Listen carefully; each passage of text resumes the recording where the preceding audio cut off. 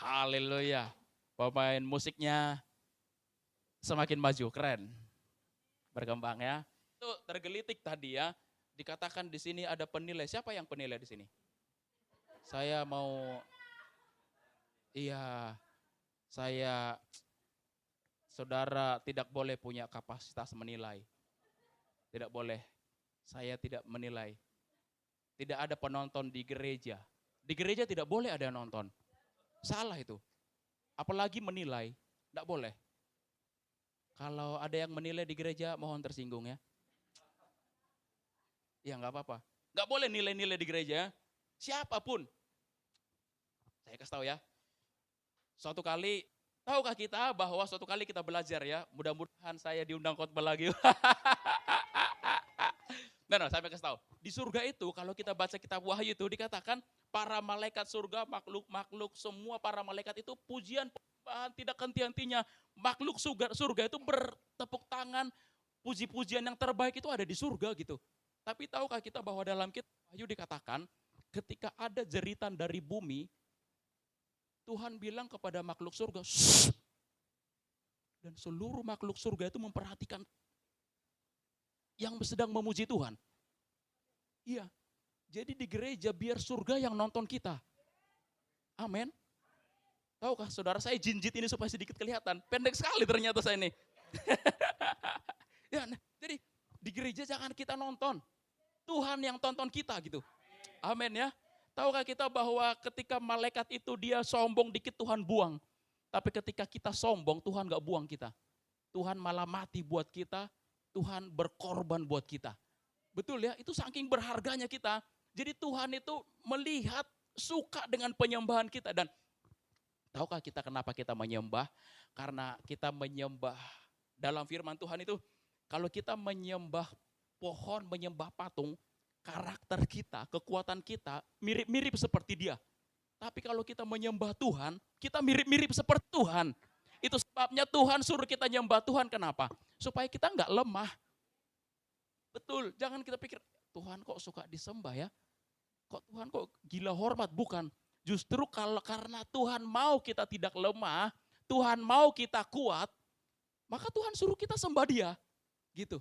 Bukankah dikatakan orang yang menantikan Tuhan mendapatkan kekuatan baru?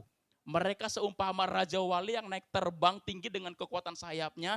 Mereka tidak berjalan, tidak menjadi lelah. Mereka berlari, tidak menjadi lesu.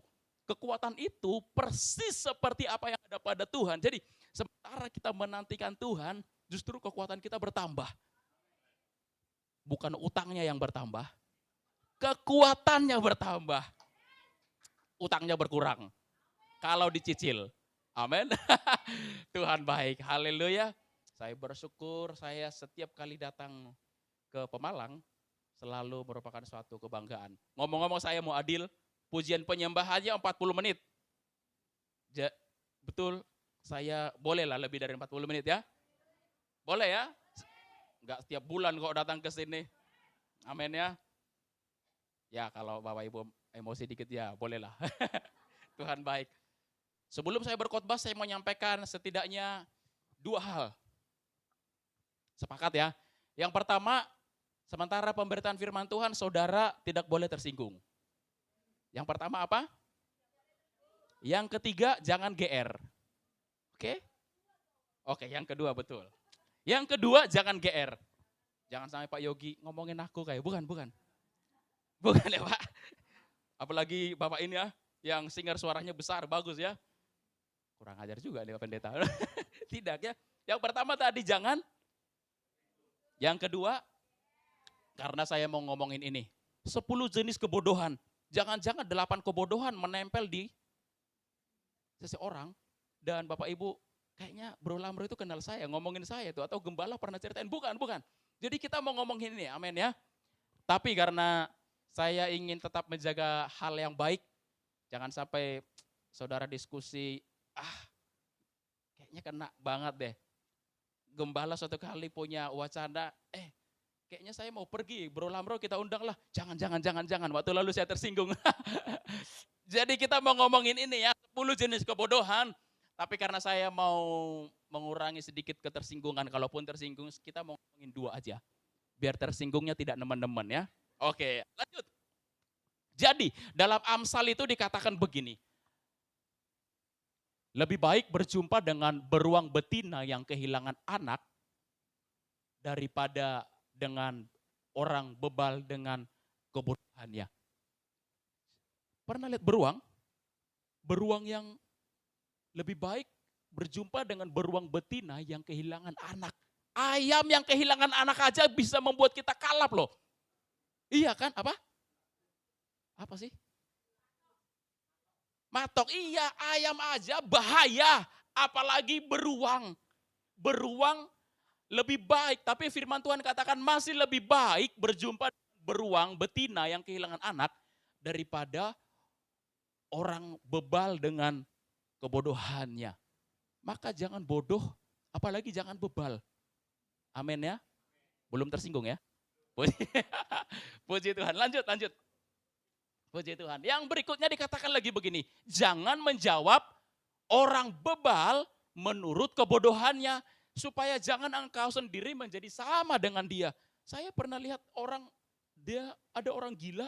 Terus orang waras ini berantem dengan orang gila. Saya pikir mirip-mirip loh mereka berdua. Betul ya?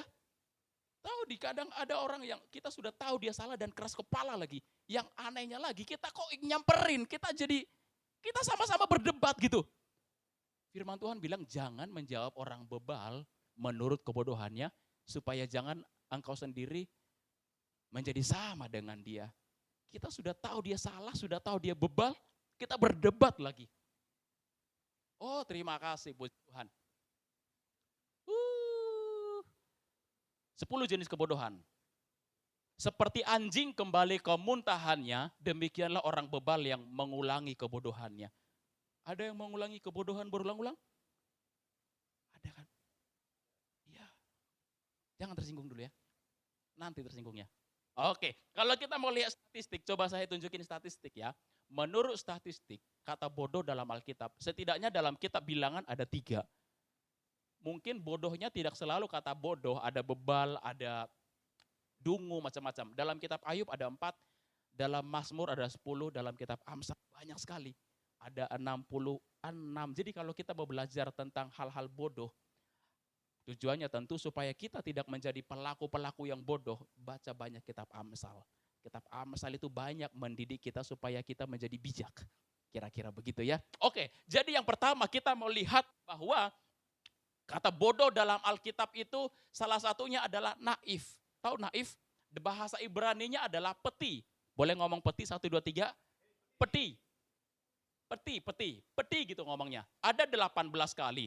Itu dalam Amsal 14 ayat 15 dari firman Allah yang hidup dikatakan, orang bodoh percaya akan segala yang dikatakan orang kepadanya. Orang bijaksana mempertimbangkan baik-baik segala tindakannya. Lihat ya, orang bodoh percaya akan segala yang dikatakan orang. Orang katakan kepada kita tentang, saya bingung ya, kenapa sih orang bisa berantem gara-gara perkataan orang lain? Suatu kali dibilang orang ya, misalnya, Bapak Gembala kalian tuh kayaknya,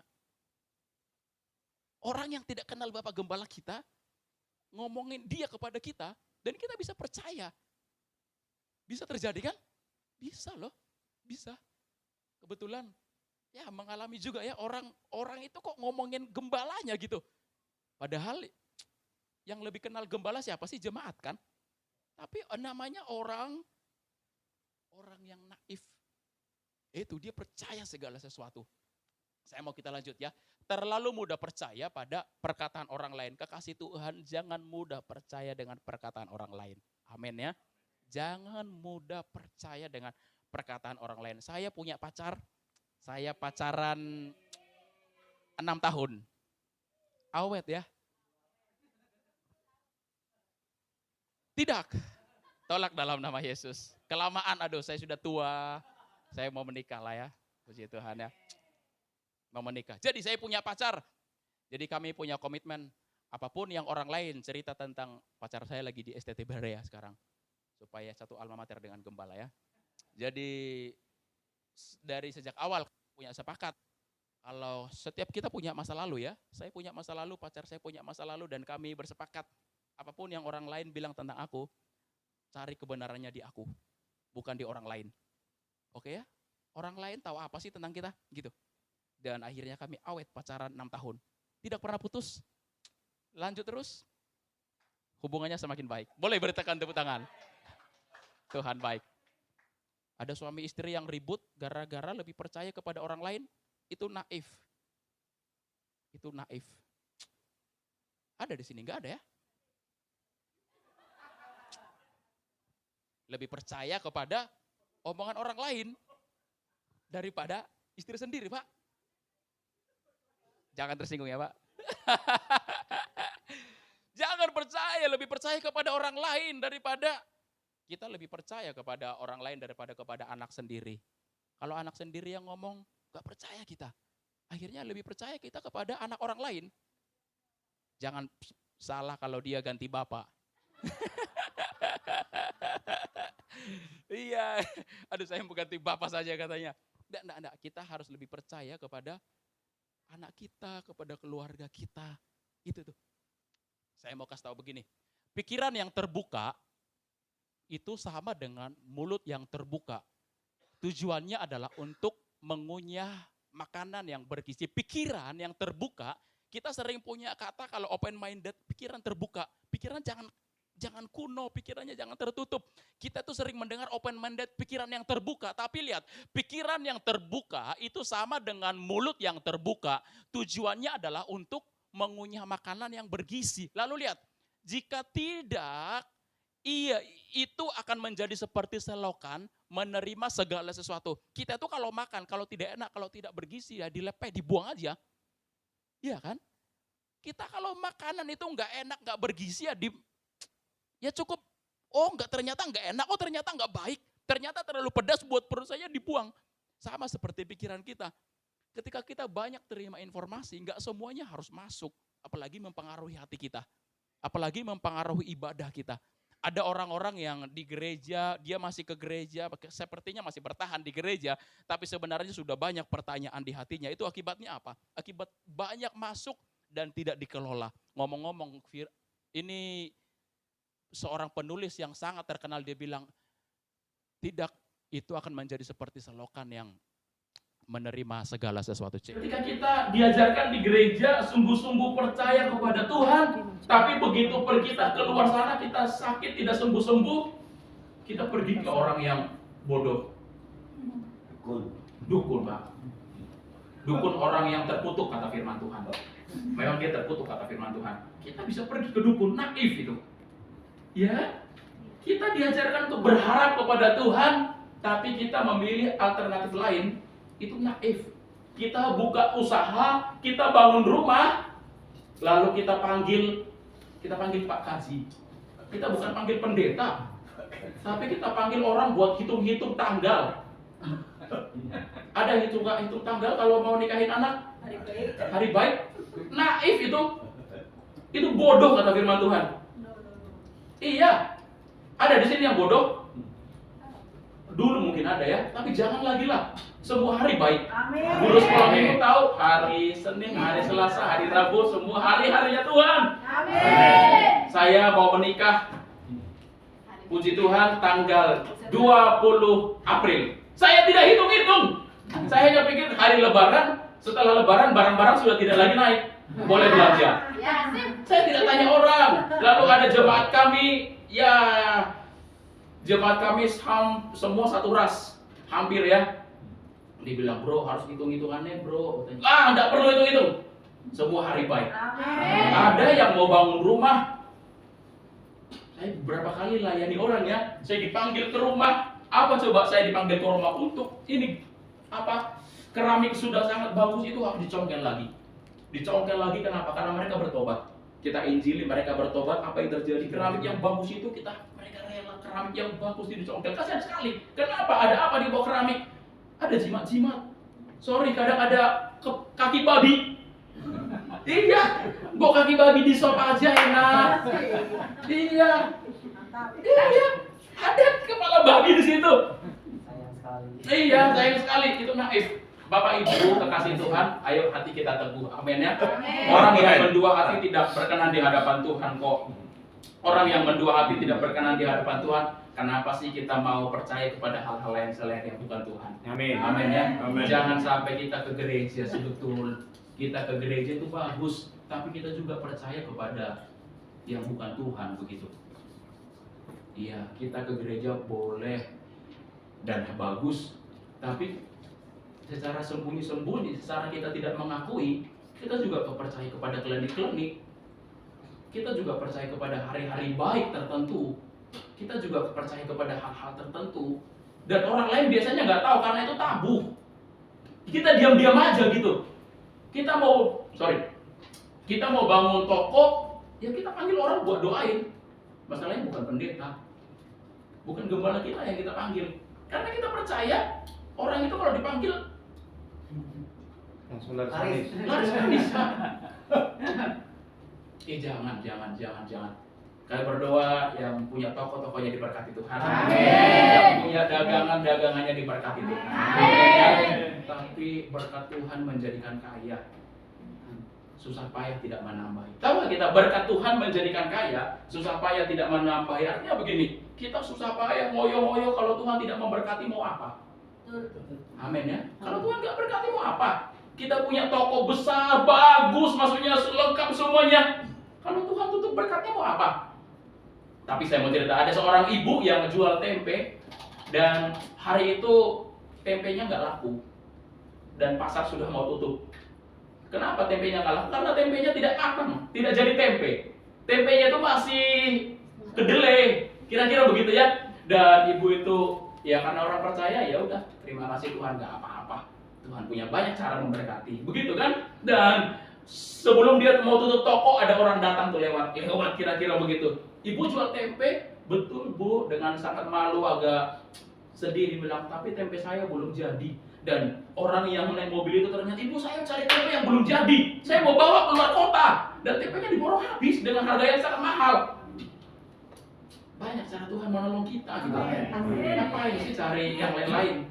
Amin Bapak Ibu. Amin. Kalau Jumat Kliwon dia tutup. Ya. Tahu ya kira-kira ya? Tahu. Jumat Kliwon mesti tutup. Jadi besok pagi dia datang ke rumah makan, ada lemah bro katanya, ada tanah. Konon katanya, bukan kata pendeta, itu tanah kuburan. Dan akhirnya apa? Jadi begitu. Saya pikir ya, apa ya Bapak Ibu pikir? Apakah kira-kira kita sama? Bapak Ibu kita diam-diam kadang-kadang melakukan hal-hal yang lain di luar jalannya Tuhan. Lihat ya, ada banyak jalan yang disangka lurus, ujungnya menuju maut. Itu firman Tuhan katakan. Amin ya. Yuk, jadi orang bijaksana menghindar apabila melihat bahaya. Orang bodoh berjalan terus lalu tertimpa malapetaka. Lihat, ini orang naif, dia tidak mau dengar nasihat, dia mengabaikan peringatan. Kita di gereja boleh nangis ya, di gereja nangis, dan kita dijamah Tuhan. Tapi begitu keluar gereja kita bisa bikin orang nangis. Iya, waduh, nangis kamu. Iya, kita di gereja bisa nangis loh, puji Tuhan. Tapi begitu di rumah orang di luar sana kita bisa bikin orang nangis. Karena kita bawa motor, nangis dia, astagfirullahaladzim. Iya, itu naif. Tuhan tolong kita. Amin. Amin. Kita di gereja bergetar, memuji Tuhan. Bergetar memuji Tuhan. Di luar kita bisa bikin orang bergetar. Amin. Dengan kelakuan kita. Jangan naif. Jadi nasihatnya adalah Mazmur 19 ayat 8, Taurat Tuhan itu sempurna, menyegarkan jiwa.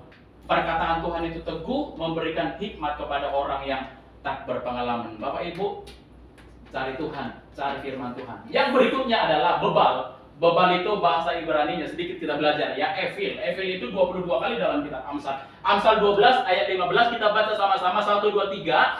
Jalan orang bodoh lurus dalam anggapannya sendiri, tetapi siapa mendengar nasihat Dia bijak. Jalan orang bodoh, kalau ada orang yang berpikir pokoknya aku ya begini gitu, itu bodoh itu. Aku udah dari kecil begini, itu bodoh. Karena di dalam Tuhan itu harusnya kita dibaharui. Amin ya. Efesus katakan kita dibaharui dalam roh, dalam pikiran dari hari ke hari. Bolehkah kita mempertahankan diri? Aku ya dari lahir. Kita yang orang Batak boleh berkata, aku ya begini. Dari kecil aku udah galak. Sampai besar kita galak, Pak. Dari kecil kita menakutkan, sampai gede kita menakutkan. Jangan menyerah. Iya. Kalau dari kecil suaranya besar, sampai besar suaranya besar, nggak apa-apa. Tapi kalau dari kecil emosian, sudah 20 tahun jadi orang Kristen tapi emosian, itu jalan orang benar, jalan orang bodoh, lurus dalam anggapannya sendiri. Tapi siapa yang mendengar nasihat ia bijak. Bapak Ibu, semakin dengar firman semakin kita dikikis. Amin ya. Amin. Orang harus lihat dong. Dulu orang bilang bro Lambro, orang kenal Lambro dulu itu bukan hanya bagaimana ya, tapi sangar. Tapi sebagian orang bilang sekarang Lambro tidak sangar lagi. Puji Tuhan kan? Unyu-unyu. Harusnya orang bilang begitu sama kita. Dulu kita jahat, sekarang kita jahat. Dulu kita suka mencuri, sekarang kita suka mencuri, misalnya begitu. Ada peningkatan, Pak. Ini ada peningkatan. Dulu mencuri 1, sekarang mencuri 3. Itu peningkatan. Kasih Tuhan. Mencuri jiwa dari mana, Pak? Gereja lain. Mencuri jiwa dari mana? Oke, Tuhan tolong kita ya. Bapak Ibu, jalan orang bodoh lurus dalam anggapannya sendiri, tapi siapa mendengar nasihat ia bijak. Nasihat yang kita dengar di gereja dengar terus. Tadi saya bilang di gereja nggak boleh ada penilai, Pak. Bapak tadi ditunjuk ya? Tidak boleh. Saya nggak percaya sih. Iya, kita harus jadi pemain semuanya. Jadi pemain. Jadi saya mempercayakan, sekarang saya kesini di bandar itu, saya kadang-kadang masih WL juga sambil main gitar. Tapi saya kalau pergi sudah ada yang layani. Bukan orang yang lebih baik dari saya kadang-kadang, atau bahkan belum pernah naik mimbar, tapi kita percayakan. Kenapa kita tekankan di gereja nggak ada nonton, semuanya main. Oke, semuanya harus jadi pemain. Kita kalau nonton bola, ya kita happy banget, happy kadang emosi ya. Dulu saya punya mama datang ke bandar, saya ada TV di kamar, dan mama saya tipe penonton TV yang emosi. Dia nonton sinetron, dia bisa marah-marah. Gitu. Mak, jangan rusak TV-nya, aku bilang. Dia emosi. Dia hanya penonton. Sama kadang-kadang kita kalau hanya jadi penonton ya begitu. Iya kan Bapak Ibu? Lihat ya. Amsal 12 ayat 15 dikatakan bahwa jalan orang bodoh itu betul kepada pemandangan matanya sendiri. Tetapi orang yang menurut nasihat, ia itu berakal budi. Semua kita mau ditolong Tuhan, amin ya. Amin. Betul saya nggak mau khotbah yang berat-berat karena itu urusan gembala kita. Urusan gembala, saya hanya mau membuat apa yang kita dengar lebih efektif. Amin ya. Urusan penggembalaan hal-hal yang berat itu urusan gembala. Saya mau kita tuh ayo lebih keren dong jadi jemaat. Amsal 12 ayat 5 dikatakan orang bodoh menolak didikan ayahnya, tetapi siapa mengindahkan teguran adalah bijak. Lihat yang orang bodoh menolak didikan ayahnya. Ada orang bilang kalau kita gagal menghormati orang tua kita, kemungkinan kita akan gagal dalam melakukan hal-hal lain. Yang masih punya orang tua, jangan gagal menghormati orang tua. Anak muda, amin? Amin. Kan orang tua juga mungkin masih punya orang tua loh. Ada om, ada emak, ada opung macam-macam. Jangan gagal. Mama saya pernah datang ke bandar dalam beberapa lama ya, 5 bulan. Datang ke bandar. Kadang saya pergi seperti ini, kadang saya tinggalkan mama saya. Tapi saya pastikan saya mau berikan yang terbaik buat mama saya. Amin. Amin ya. Mama saya tidak tahu bandar, tidak tahu toko, tidak tahu pergi-pergi. Saya harus pastikan di rumah itu ada semuanya lengkap. Ada beras, ada makanan, ada susu, ada semuanya. Kalau mama saya sedikit mengeluh, aduh badanku agak pegel atau apa, saya panggilkan tukang pijet. Sebut flu, larikan ke puskesmas. Kadang-kadang boleh orang bilang tidak baik, tapi saya tidak mau gagal menghormati orang tua saya. Amin ya. Amin. Tidak boleh gagal menghormati orang tua.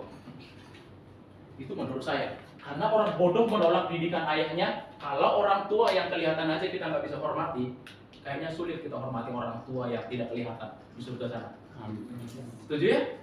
Setuju? Yang masih punya orang tua, jadi tidak mau belajar. Kalau yang tadi kita melihat ya, kalau orang tadi adalah ini tidak mengabaikan peringatan, tidak mau diajari. Sorry, kalau ini terlalu percaya semua hal, kalau ini beda lagi, ini tidak mau belajar. Tidak mau belajar. Amsal 27 ayat 22 dikatakan, sekalipun engkau menumbuk orang bodoh dalam lesung, dengan alu bersama-sama gandum, kebodohannya tidak lenyap daripadanya. Bodoh itu orang bebal itu, sulit berubah. Itu orang bodoh, orang yang sulit berubah itu, firman Tuhan itu bilang orang bodoh. Belum tersinggung ya? Bos, nggak pernah tersinggung kan? Boleh berikan tepuk tangan dulu Pak. Yes. Sudah mau berakhir ini, percayalah. Saya lihat orangnya agak tegang sih. Semoga bukan karena tersinggung. Serius. 1 Samuel 13 ayat 13 sampai 44. Kita baca sama-sama yuk. 1, 2, 3. Kata Samuel kepada Saul, perbuatanmu itu bodoh. Engkau tidak mengikuti perintah Tuhan Allahmu yang diperintahkannya. Sebab sedianya Tuhan mengokohkan kerajaanmu atas orang Israel. Ya, tetapi sekarang kerajaanmu tidak akan tetap. Tuhan telah memilih seorang yang berkenan, dan Tuhan menunjuk dia menjadi raja atas umatnya, karena engkau tidak mengikuti apa yang diperintahkan Tuhan. Lihat ya, apa sih yang dilakukan Saul? Saul itu hanya melakukan sesuatu yang bukan tugasnya. Saul itu kerajaannya besar, dia raja yang pertama hebat sekali, tapi satu aja kegagalannya. Dia melakukan tugas yang bukan tugasnya, yaitu mempersembahkan korban yang harusnya itu menjadi tugas imam, tugas yang rohani, tapi Saul itu melakukan. Dan datanglah Tuhan bilang, perbuatanmu itu bodoh. Dan lihat ya konsekuensi dari apa sih, kadang-kadang jangan sampai Bapak Ibu berpikir emang bodoh itu punya akibat yang fatal. Lihat ya, perbuatanmu itu bodoh. Engkau tidak mengikuti perintah Tuhan Allahmu yang diperintahkannya kepadamu. Sebab sedianya, seandainya Saul tidak melakukan hal yang bodoh itu, sebab sedianya Tuhan mengokohkan kerajaanmu atas orang Israel untuk mungkin Saul tidak langsung dikudeta, tidak langsung dipecat, tidak langsung tergantikan saat itu. Tetapi sekarang kerajaanmu tidak akan tetap. Tuhan telah memilih seorang yang berkenan di hatinya. Bapak Ibu, jangan-jangan itu Tuhan itu, kita ibadah seperti ini ya, beriman kepada Tuhan. Saya hanya bayangkan jangan-jangan sebenarnya Tuhan sudah mau, mungkin selama ini berkat kita itu kayak ketutup gitu, kayak keran yang nggak kebuka, apa sih? Jangan-jangan sebenarnya Tuhan sudah mau bukakan berkat mujizat bagi kita, tapi begitu kita melakukan kebodohan, berkatnya ketutup lagi gitu. Saya mau hanya bilang, jangan anggap enteng kebodohan itu. Kebodohan yang biasa kita lakukan berulang-ulang jangan dianggap enteng. Ah, nggak apa-apa. Pak orang Pekalongan bilang, di sini ada nggak sih bahasa itu? Nggak apa-apa gitu. Biasa kok melakukan kebodohan. Kebodohan itu kan biasa, itu luar biasa. Maafkan saya kok begini sih. Mimbar di bandar tidak bunyi. Kebodohan itu nggak biasa, itu luar biasa. Luar biasa bodohnya maksud saya. Pak Ora, benar ya Om? Ya? Oh iya, menolak. Bapak Ibu, bolehkah kita Pak Ora, betul. Bolehkah kita setuju bahwa kebodohan itu nggak biasa? Kebodohan itu luar biasa. Nah, sehingga kita belajar untuk tidak melakukan kebodohan sehari-hari. Lakukan kebodohan. Kita sudah tahu kalau berbohong itu akibatnya bisa buat bertengkar, bisa buat ribut, tapi kita lakukan lagi. Itu bodoh itu. Karena orang bebal itu melakukannya berulang-ulang begitu. Ya, itu namanya bodoh. Dan kekasih Tuhan, akhirnya kita mau lihat bahwa nasihatnya adalah 1, 2, 3. Juga orang bodoh akan disangka bijak kalau ia berdiam diri, dan disangka berpengertian kalau ia. Dulu ketika kita sekolah, kalau guru nanya, ada yang mau nanya? Kita diam. Kadang-kadang orang diam itu dipahami sudah tahu, sudah mengerti. Tapi sebenarnya kadang-kadang itu sindiran loh. Kowe menang loh, nek kowe menang ketok pinter le gitu.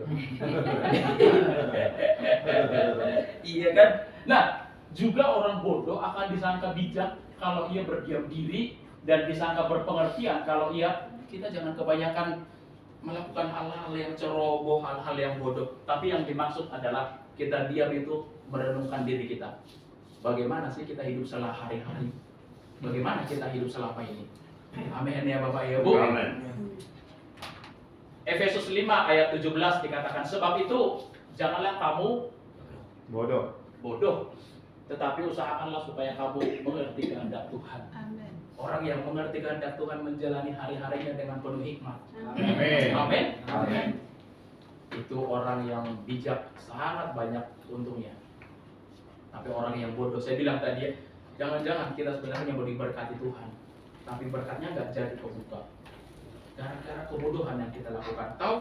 1 ayat 1 ya, 1, 2, 3. Sesungguhnya tangan Tuhan tidak kurang panjang untuk menyelamatkan, dan yes, tetapi yang merupakan pemisah antara kamu dan Allahmu ialah segala kejahatanmu, dan yang membuat dia menyembunyikan diri terhadap kamu sehingga ia tidak mendengar